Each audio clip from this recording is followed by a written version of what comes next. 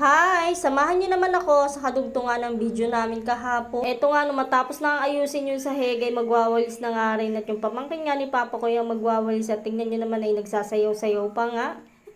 Ngayon ko nga lang din talaga ito nakita kaya isasama ko na nga rin dito sa video ko. At ayan, habang nagwawalis nga yung pamangkin ni Papa Koy, eto naman ako, naglilinis nga ako ng jealousy. Hindi ko naman siya inutusan at siya nga lang din ang may gusto na siya na nga lang daw ang magwawalis. Habang nagwawalis-walis nga siya dyan ay tinatanggal na nga rin niya yung mga semento na dumikit o yung natuyo. Enjoy na enjoy nga siya dyan sa pagwawalis at hindi ko nga rin talaga siya inuutusan niya. Siguro gusto lang din niyang walis-walisin itong sahig namin kaya siya na nga lang din ang gumawa. At ayan, matapos na nga rin niyang walis-walisan, eto naman ako kumuha ng basang-basahan at pupunasan ko naman itong sahig. Grabe kasi yung alikabok na matapos nga itong ayusin kaya kailangan walisin at punasan ng basang-basahan. Diyos me, kung alam nyo lang, hindi pa nga talaga ito yung final na paglilinis dahil umulit nga ako ng umulit sa pagwawalis at pagpupunas ng sahig. Paano ba naman kasi nung mga panahon na nga yan ay hindi ko nga rin talaga alam kung anong ayos ba yung gagawin ko dito sa loob ng bahay. Kaya tamang walis-walis nga lang muna ako at nilagay ko na nga lang muna kung saan-saan itong mga gamit. Hindi ko kasi talaga alam kung paano ayos ba yung gagawin ko. Kaya ayan, nagwalis-walis na nga lang din muna kami. Napakahirap kasi mag-isip kung anong ayos ba yung gagawin lalo na nga pagka ganito. Kasi nung mga oras na nga yan ay parang pagod pa nga yung katawan ko dun sa paglaligpit bago nga kami umalis ng bahay. Tapos pagdating nga dito sa nilipatan namin ay iisipin ko na naman kung paano mag-ayos. Diyos may ganito pala talaga kapag ka naglilipa. At ayan, mapapansin nyo nga dyan na nag-iigib pa nga ako ng tubig dahil hindi pa nga kami nakakabitan at inaayos pa. Inisa-isa kasi nila yung bawat bahay dito at inaalam nila kung sino nga yung owner ng bahay. Kasi kung sino nga yung nakapangalan sa bahay ay yun din dapat ang nakapangalan dun sa ikakabit na tubig. Mabilis lang din naman yung proseso kaya ayun, 2 days nga lang din ay nagkaroon na nga rin kami ng tubig. At ayan nga, nakita nyo nga yung pamangkin ni Papa ko kanina ay nagsasasayaw na naman. Eto nga, nagsimula na nga rin akong punas-punasan itong jealousy dito sa may bintana nga sa may lababo. Samantalang si Papa ko ay nandun naman sa likod at inaayos nga niya dahil nga napuno nga ng tubig dito sa may likod dahil umulan na malakas. Meron naman ng agusan palabas pero nilagyan nga niya ulit ito para nga mas mapabilis nga itong matanggal yung tubig. At ayan, paikot-ikot na naman nga kami dito sa loob ng bahay at hindi nga namin alam kung paano nga ba ito sisimulan. At ayan, pinaglalagay na nga muna namin dun sa platuhan yung mga dapat ilagay. At kinagabihan na nga ito at nagpaluto nga yung kuya ko ng sopas kaya ito na nga din yung hapunan namin. Diyos may, kanya-kanya na nga lang din kami ng sandok dito at hindi na nga kami sabay-sabay dahil kanya-kanya na nga at nagugutom na. Pati nga ito si Ate Colette at pamangkin ni Papa ko ay kanya-kanya na nga lang din ang sandok. Gabi na nga rin ito nga at sinimulan ko na nga rin ayus-ayusin dito sa may kwarto kahit papano para nga makahiga na nga kami at makatulog ng maayos. At ayan nga, pinunasan ko na nga rin ulit itong sahig at si Papa ko na nga rin ang nag-ayos na itong higaan at naglagay ng sapin.